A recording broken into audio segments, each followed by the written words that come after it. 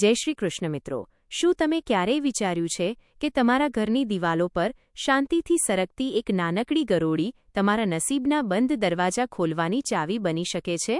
મોટાભાગના લોકો ગરોળીને જોઈને ડરી જાય છે અથવા તેને અશુભ માનીને ઘરની બહાર ભગાડવાનો પ્રયત્ન કરે છે, પણ આજના આ ખાસ વિડીયોમાં હું તમને તે પરમ સત્યથી અવગત કરાવીશ જે તમારા જીવનની દરિદ્રતાને જડમૂળથી ઉખેડી ફેંકશે. ગરોળીનું પૂજા ઘરમાં દેખાવું, રસોડામાં હોવું કે શરીર પર પડવું એ માત્ર સંયોગ નથી, પણ સાક્ષાત વિધાતાનો તમારા માટે કોઈ ખાસ સંકેત હોય છે. આ માર્મિક જ્ઞાનને અંત સુધી જરૂર જોજો, કારણ કે આજે આપણે ગરોળી સાથે જોડાયેલા એક એવા અચૂક ઉપાય વિશે પણ વાત કરીશું જેનાથી તમે માતા લક્ષ્મીની વિશેષ કૃપા પ્રાપ્ત કરી શકો છો. જો તમે આપણી આ ચેનલ પર નવા છો તો વિડીયોને લાઇક કરી ચેનલને સબસ્ક્રાઇબ કરી લેજો, જેથી આવા દિવ્ય જ્ઞાનથી તમે હંમેશા જોડાયેલા રહો. પ્રિય મિત્રો, આ રહસ્યમય સૃષ્ટિમાં ભગવાને જે કંઈ પણ સર્જ્યું છે તેની પાછળ એક ગૂઢ ઉદ્દેશ્ય છુપાયેલો હોય છે.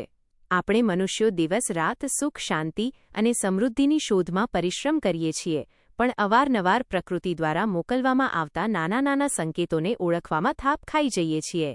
ઈશ્વર ક્યારેય પોતે આવીને આપણા કાનમાં ભવિષ્યની વાત નથી કહેતા, પરંતુ તેઓ પશુ, પંખીઓ અને જીવજંતુઓના માધ્યમથી આપણને ચેતવણી કે આશીર્વાદનો સંદેશ મોકલે છે. શકુનશાસ્ત્ર અને આપણા વેદ પુરાણોમાં ગરોળીને માત્ર એક જંતુ નહીં, પણ ધન વૈભવની અધિષ્ઠાત્રી દેવી માતા લક્ષ્મીનું પ્રતીક માનવામાં આવ્યું છે.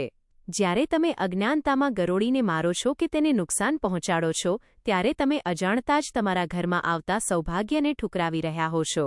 આપણા શાસ્ત્રો મુજબ ગરોળીનું ઘરના મુખ્ય દરવાજાથી અંદર પ્રવેશવું એ અત્યંત મંગળકારી ઘટના માનવામાં આવે છે, જે એ વાતનો પુરાવો છે કે તમારા ઘરમાં જલ્દી જ આર્થિક લાભ થવાનો છે.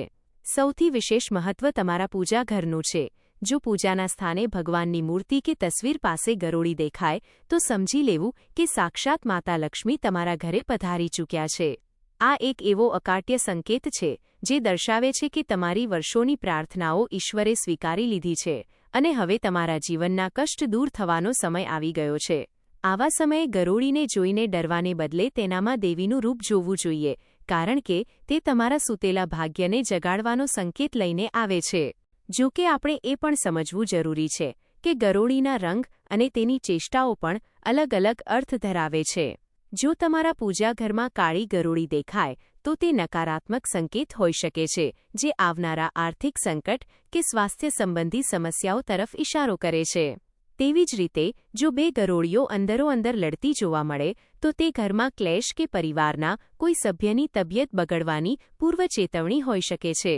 શકુનશાસ્ત્ર કહે છે કે ગરોળીનું વારંવાર જમીન પર પડવું પણ શુભ ગણાતું નથી, પરંતુ જો તે અચાનક તમારા શરીર પર પડે છે તો તેના અંગો મુજબના ફળ અલગ હોય છે.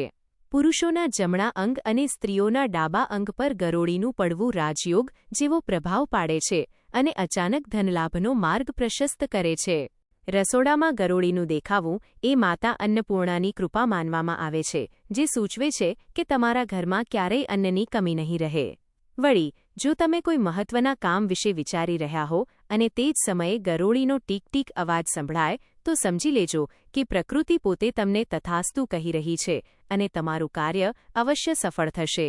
દિવાળી, ધનતેરસ કે દશેરા જેવા પવિત્ર તહેવારો પર જો ગરોળીના દર્શન થાય તો તે આખા વર્ષ દરમિયાન ઘરમાં અખૂટ લક્ષ્મીનો વાસ રહે છે તેવી માન્યતા છે. આથી જ આપણા પૂર્વજો ગરોળીને સન્માન આપતા અને તેને ક્યારેય મારતા નહીં, કારણ કે તેઓ જાણતા હતા કે આ મૂંગો જીવ ઈશ્વરનો પરમ સંદેશવાહક છે. આ ગૂઢ રહસ્યને સમજવા માટે આપણે એક પ્રાચીન કથાનું સ્મરણ કરવું જોઈએ. પવિત્ર ગોદાવરી નદીના કિનારે દીનદયાળ નામનો એક ગરીબ બ્રાહ્મણ રહેતો હતો, જે પરમ વિષ્ણુ ભક્ત હતો, પણ તેનું જીવન અત્યંત દરિદ્રતામાં વીતતું હતું. અથાક મહેનત કરવા છતાં તેને 2 ટંકનું ભોજન પણ માંડ મળતું અને દેવાના બોજ નીચે તે દબાયેલો હતો. એક દિવસ જ્યારે તેના બાળકો ભૂખથી તડપી રહ્યા હતા અને ઘરમાં અન્નનો છેલ્લો કણ પણ બાકી નહોતો, ત્યારે હતાશામાં ડૂબેલો દીનદયાળ ભગવાનની મૂર્તિ સામે બેસીને રડવા લાગ્યો અને પોતાના જીવનનો અંત લાવવાનું વિચારવા લાગ્યો. બરાબર તે જ પળે તેની નજર પૂજા ઘરની દિવાલ પર ગઈ, જ્યાં એક ગરોળી માતા લક્ષ્મીની મૂર્તિ પાછળ છુપાઈને તેને જોઈ રહી હતી. દીનદયાળે ક્રોધ અને નિરાશામાં તે ગરોળીને મારવા માટે લાકડી ઉઠાવી, પણ જેવો તે પ્રહાર કરવા ગયો કે તરત જ એક દિવ્ય પ્રકાશ તેની ઝૂંપડીમાં રેલાયો. ત્યાં એક તેજસ્વી સિદ્ધ સંન્યાસી પ્રગટ થયા અને તેમણે ગર્જના કરીને દીનદયાળને અટકાવ્યો. સંન્યાસીએ કહ્યું કે હે વિપ્ર, તું આ શું અનર્થ કરી રહ્યો છે? જે માતા લક્ષ્મી તારો ઉદ્ધાર કરવા સ્વયં તારા ઘરે પધાર્યા છે તેને જ તું અપમાનિત કરીને ભગાડવાનો પ્રયાસ કરે છે?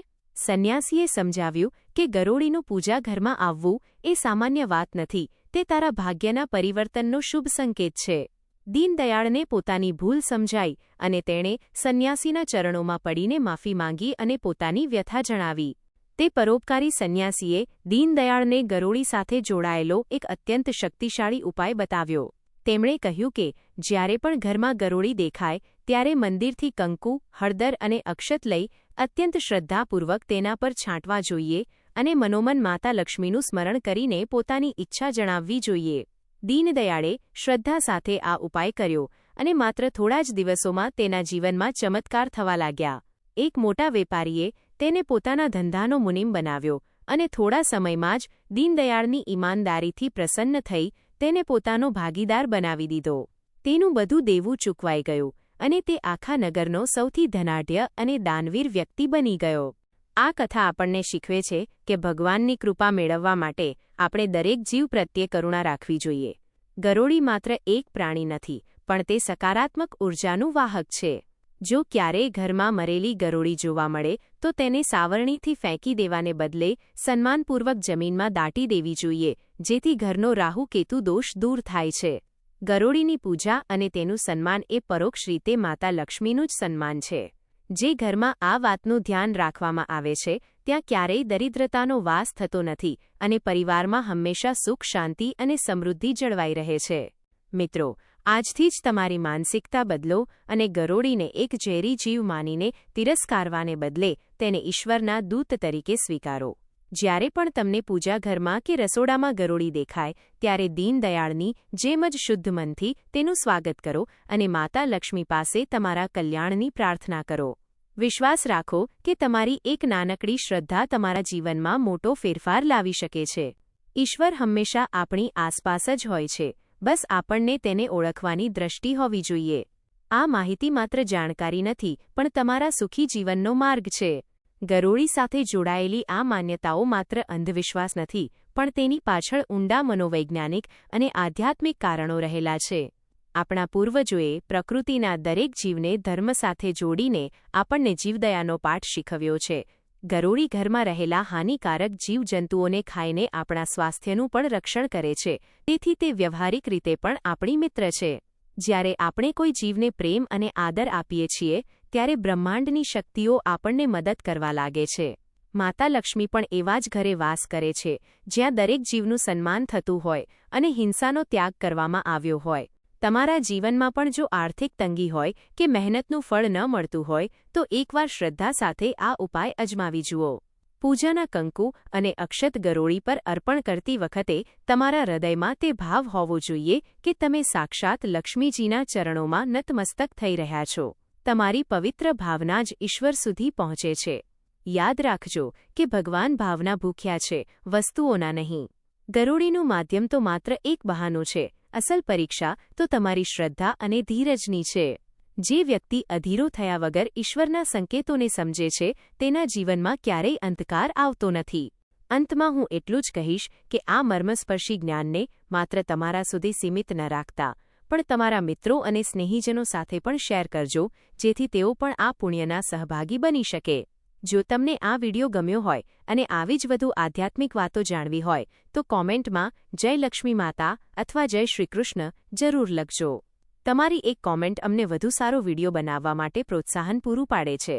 ચેનલને સબસ્ક્રાઇબ કરવાનું ભૂલતા નહીં, જેથી આવનારા દિવ્ય વિડિયોની નોટિફિકેશન તમને સૌથી પહેલા મળે. ભગવાન શ્રી હરિ વિષ્ણુ અને માતા લક્ષ્મી તમારા ઘરને હંમેશા ધન ધાન્યથી ભરેલું રાખે તેવી પ્રાર્થના સાથે હવે રજા લઉં છું. ધન્યવાદ.